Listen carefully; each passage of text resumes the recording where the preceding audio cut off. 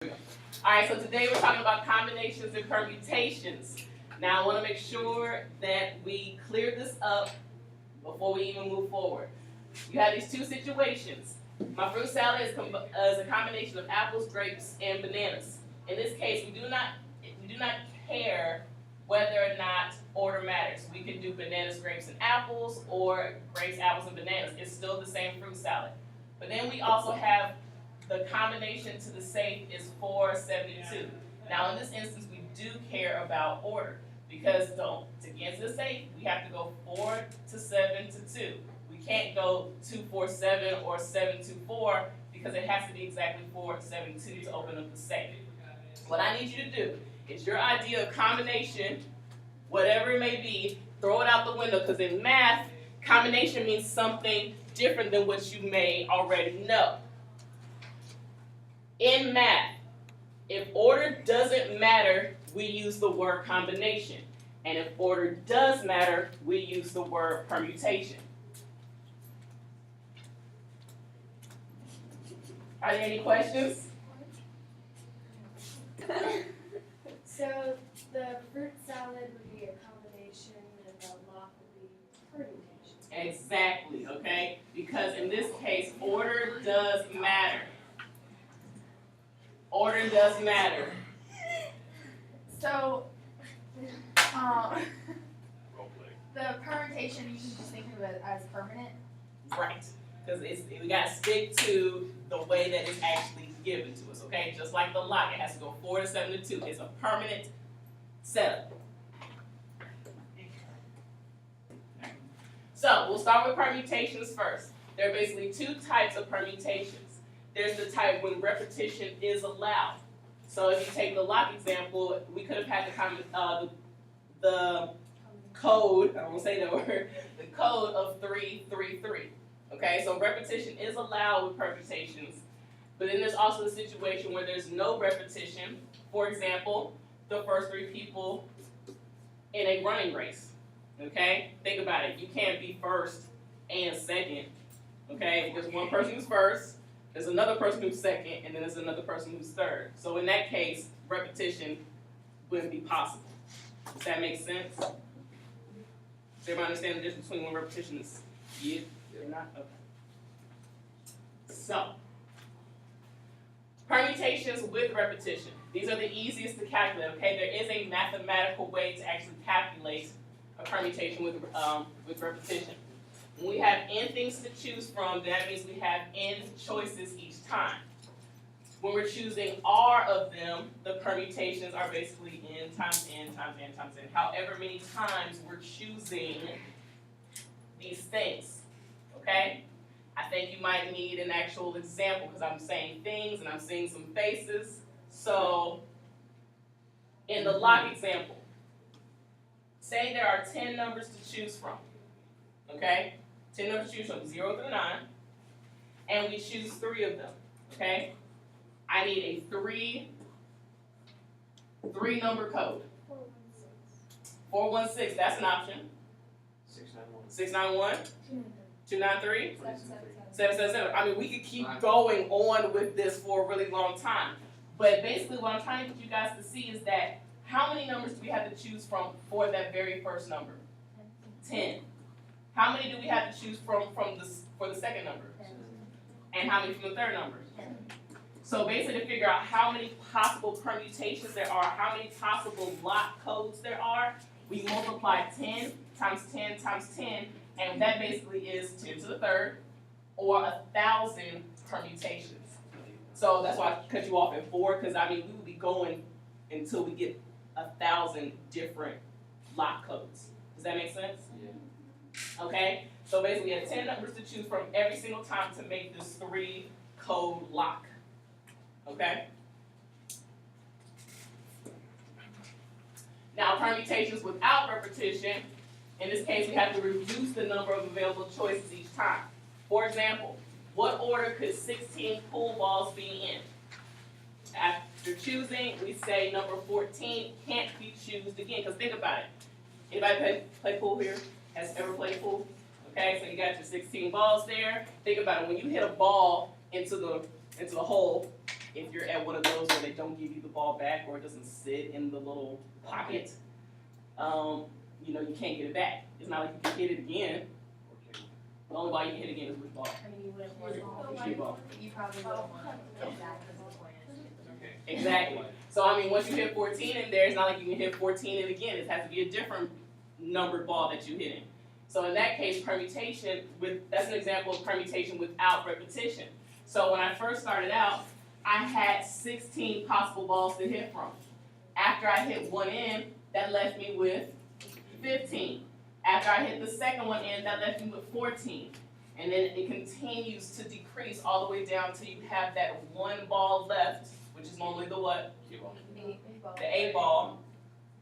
And so to figure out the different number of possibilities of like order to hit those balls in is this. Okay? So this is basically a way you can figure out, okay, well, another example, say you have like 5 shirts and 4 pairs of pants, and you know you're trying to figure out how many different outfits you can make with those. That's permutations, okay? Because you have a certain number of shirts, a certain number of pants, and you basically can put different outfits together. Yeah, like when your kids used to set up like 4, like you have like 4 shirts on paper and then like 4 pants, and you'd like sit there and do the lines to cross them over and figure out how many like outfits Jenny could make or whatever. Exactly. But now we're taking away that whole, you know, making the diagram and drawing the lines and actually putting some formulas behind it. Okay? Is everyone kind of following along? We're doing? Huh? Well, just imagine, I mean, what they had like 16, that's a lot. You know what I'm saying? Like sometimes them can be really big. I mean, 20 trillion is Does everyone understand me so far? Okay. But what if we don't want to choose all of them? We just want to choose 3 of them. Well, that's even easier. All we do is we take the first 3 possible choices, which would be 16, then 15, and 14, and then that gives us 3,360 different permutations we can have to hit these balls in their pockets. You have to use the 3 biggest numbers? Yes, because when you first start, you had 16 balls on the table. So you had 16 balls to choose from to hit one in first. After you hit that one in, you only have 15. After you hit the third one in, you had 14. So on and so forth. Okay? So in other words, there are 3,360 different ways that 3 pool balls can be arranged out of 16 balls. Without repetition, our choices get reduced each time. Unlike where repetition was allowed, it stayed the same. Do you guys see that? It was 10 times 10 times 10. In this case, it's 16 times 15 times we reduce each time. And to do that mathematically, we use something that's known as the factorial function. Okay? We use something known as the factorial function. Oh my gosh, I learned about this in like 7th grade because I did math counts and they used it and I didn't know what it was. Math counts? Yeah, the math competition. What's math counts? It's a math competition. I did it for 3 years. Wow. So you don't do it anymore? I can't. It's not high school. Oh. There you go. The symbol. I know Lacey's seen it. Have you guys seen it? There. I did not pay you. Okay. You thought you were saying. Alright, here we go. Rick, have you seen the symbol before? I was gonna listen. Okay. The factorial function, which is represented with the exclamation point, basically stands for what we just did with the 16 times 15 times 14 times 13, so on and so forth. Basically, you take your numbers and you multiply by 1 less until you reach 1. So 4 factorial is 4 times 3 times 2 times 1, which is 24. 7 factorial is 7 times 6 times 5 times 4 times 3 times 2 times 1, which is 54. 1 factorial clearly is 1. So, 1. So I want to make sure that if you see this, you know that it basically means take that number and continue to multiply it all the way down till you reach 1. Not 0, but 1. Okay. Exactly. Now, if this is if they ask you what is 0 factorial, it's 1. Because think about it. I know it may seem funny that you're multiplying no numbers together and gets you 1, but those are one of those things you just have to accept in math, okay? 0 factorial is 1. Alright? If you have your calculators on you, go ahead and pull those out. I want to show you where that button is located on the graphic calculators and where it's located on the scientific one.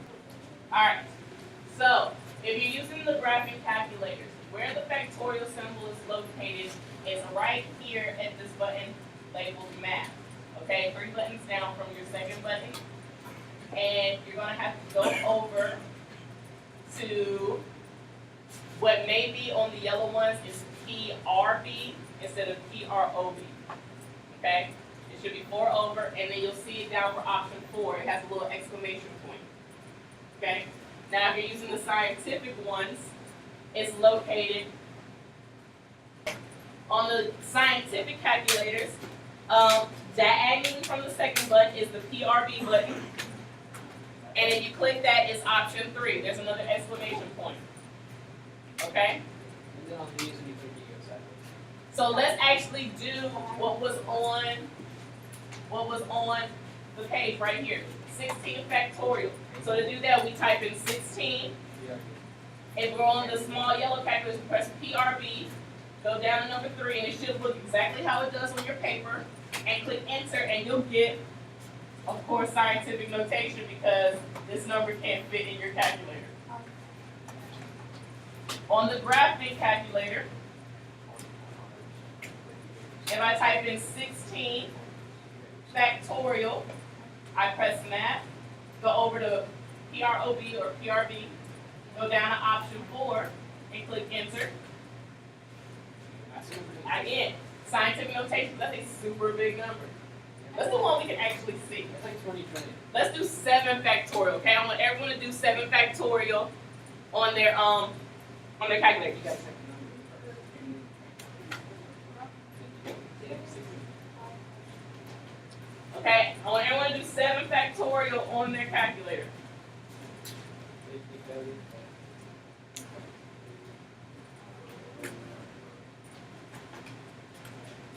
Wasn't that what was on our paper? So there you go, it works. Now you can also get this from doing 7 times 6 times 5, 5 times 4 times 3 times 2 times 1.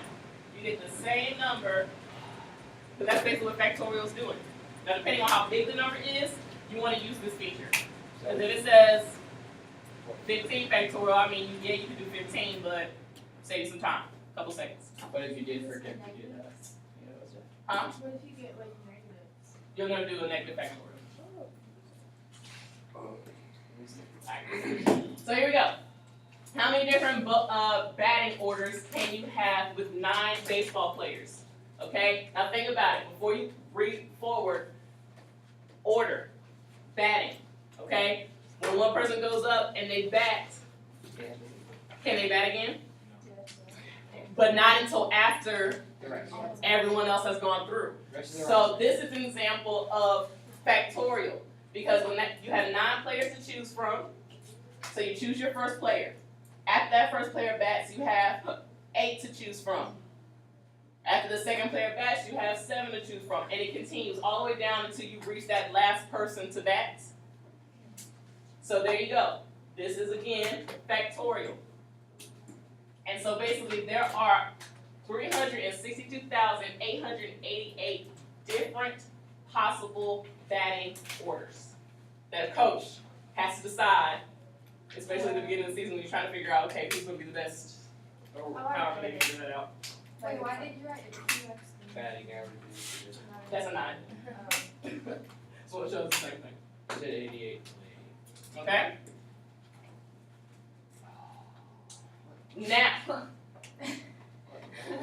Now, I saw the permutation notation, represented as N of P of R, represent N objects arranged R at a time.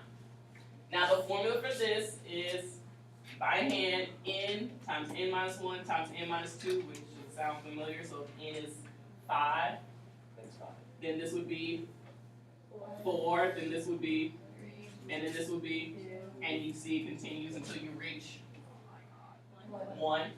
Okay? So this is how you would, basically, factorial. So it's like, And you can't do it in calculator, yeah? so it's n minus 1, n minus 2, n minus 3, okay. All the way down. Now, it says, normally the notation is written like this, 9p of 5. This means 9 objects taken 5 at a time, and this is how you would write it out. Not times 8, times 7, times 6, times 5. Okay, this is permutation notation. This equals this. So I'm choosing 9 objects taken 5 at a time. Okay? You stop writing numbers after you have your R factors. Remember, this is N, how many objects, and this is R, how many you're arranging at a time. Okay? Now, how to figure this out in your calculator. If I'm looking at the graphing calculator, 9 permutation 5. You're going to have to type the 9 in first. Go to math. Scroll over to the 9. Go over to probability or PRB. Go down to option 2. It's exactly Set up the way you want it. set it up the way you want it.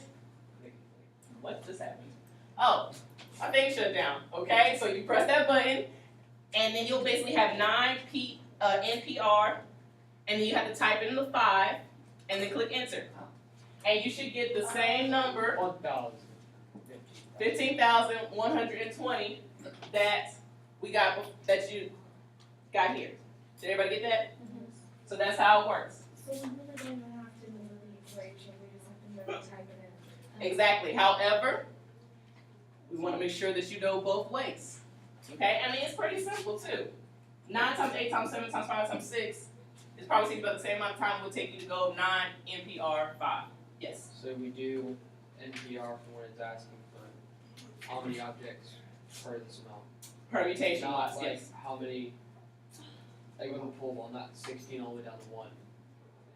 Not this one. No, not in that case. Mm-mm.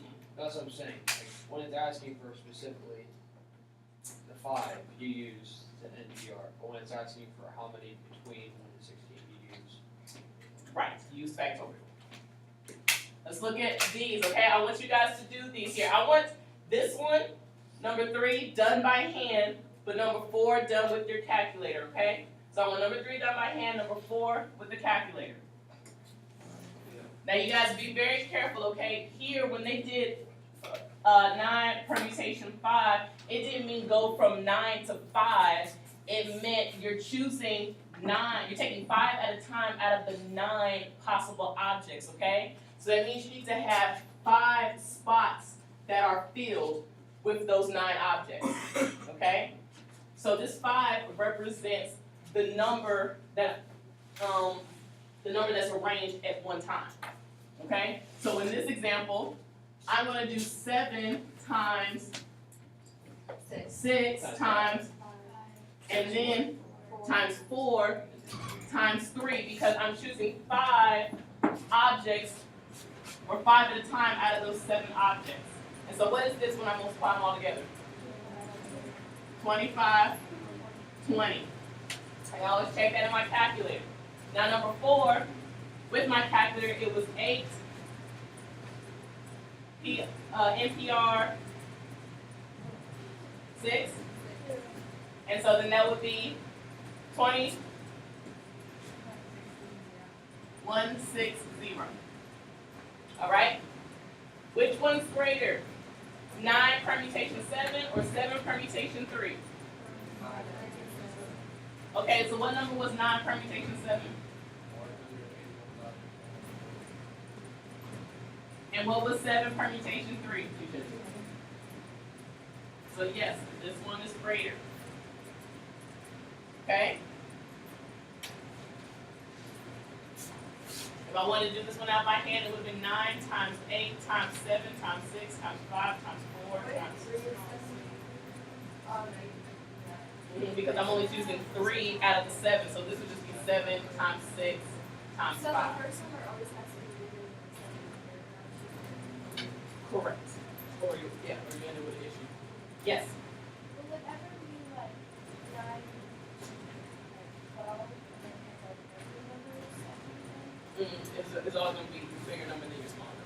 Just think about it. that would mean I have 9 objects and I'm choosing it 12 different ways. Or I'm choosing 12 at a time, but I can't choose 12 at a time because I only have 9. You know what I mean? Okay? Simplify this one. 6 permutation 3 over 6 permutation 2. A little bit of operations in there.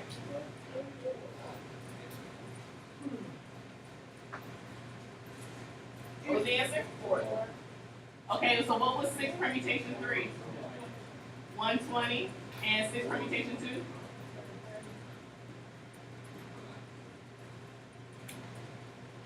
So you get 4. Now, here's one. You gotta figure out how you're gonna set it up. It says, suppose you're lining up 6 dogs for a photo. How many different arrangements are possible? I'm lining up 6 dogs. 6 times 5 times 4. Huh? Give me 6 all times each number. 6 with the exclamation point. What did the exclamation point mean? Factorial. Why is it that instead of It's not giving you what you're assuming you're taking at it a time. It's asking for a total Very good. I basically have to line up all 6 dogs and multiply. and multiply them all together. So once I line up the first dog, I only got 5 dogs to choose from. Then 4, then 3, then 2, all the way down to that last dog. And so what is that? 720? Yes. So there's 720 permutations or different ways I can line up 6 dogs. And Crazy, right? Can I just say we're gonna put permutations with our ancient ways, like 700. You don't want to say combinations because that means something different. That's perm. Take a minute. I want you to do the last of the permutation examples, okay? Take a minute and do the last of the permutation examples. Number 8, it says, suppose you use 6 different letters from the 26 letters of the alphabet to make a password. Find the number of possible 6-letter passwords if letters cannot repeat, okay? So there's no repetition here. I am choosing from how many? 26 letters, and I only want 6 at a time. So this would be 26 permutation 6, which is a big number that starts with a 1. 165,765,600 perms. Perms, which I don't have anymore. Alright, yeah, so that's how many different possible 6-letter passwords you can have if your letters did not repeat. That's a lot to choose from. Try somebody trying to break your password if you had that. Okay? That's some fun. You can also have done, okay, I have a 6-letter password. I'm choosing 26 letters. 25, 24, 23, 22, 21. Either way, would have gotten you the same answer. Just that one took a little longer. True. Here, Lena wants a password that uses 4 letters of her name. How many permutations are possible using each letter only once? 4 to the power of exclamation point. 4 exclamation point, or you could have done 4 key 4 because I'm choosing 4 letters out of 4 letters. 4. Either one gives you the same answer of 24 different ways. This one is a little bit more possible. Breakable, 24. Number 10, a student council has 24 members. A 3-person committee must arrange a car wash. I guess it says a person. Yes. A person on the committee will have a task. 1 person will find a location, another person will organize publicity, a 3rd person will schedule workers. Unnecessary information. How many ways can 3 students be chosen and given a job? So would it be like, the council is 24 students, 24 people, so then at the committee, we have to do the 3, so we have to do 24 times 23 times 22, right? 24 is extra information, isn't it? No. Because you have to figure out who out of all those students is gonna be on the 3-person committee, and then after that, you get that answer, which is, I got, 12,100. yeah, 12,144. 12,140. And then would you multiply that by? Nope. No? Really? Yes. Really? Okay. Like I was saying, there's a lot of unnecessary information here, okay? Like that whole second sentence, Well, it's just this well one. actually, except for the first part, That the person who needs to find a location, who will organize publicity, the other one who schedule workers, that's just what the 3 people are gonna be doing. But in the end, you still need 3 people, okay? So once they figure out who those 3 people are, then they'll decide from there who's gonna get what job, okay? But then you have to decide how many possibilities there is of each one getting. Well, it said how can they be chosen, Mm. as in chosen to the committee, and then after Yes. they get chosen to the Can committee. you also do 24B3? Yep. Ain't it the same thing? Well, okay, if you do wanna go down to it, you know, actually figure out, okay, well, how, out of those 3 people, how many different ways can they have a certain job? What would the answer be? A lot, it's like, wait, Mhm. it's like, we got scientific Mhm. Isn't it Because think about it, you've already chosen your 3 people, Oh. so you just have 6. There's 6 Oh, different okay. possible permutations to decide what job those 3 people will have. So 6 perms for the jobs. See, I think I was saying, if I added the 24, Mm. how many would get chosen? Well, think about it, And then- there are 12, hold on, Um, hold on. There are 12,144 permutations to choose a 3-person committee. That's what the 24 permutation 3 was. Now, once you've chosen those 3 people, there are 3 different jobs. So, there are 3 people to choose from until you select one job. Then there are 2 people to choose from, and then that last person gets stuck with whatever job. Okay? So if you're trying to figure out one person will find a location, okay? There are 3 people to choose from to find a location. Oh, once you find the first one, then you only have 2 people left. To do publicity, and then 1 person will schedule the workers. Oh. So then that's only 6 ways you can try to figure out of those 3 people.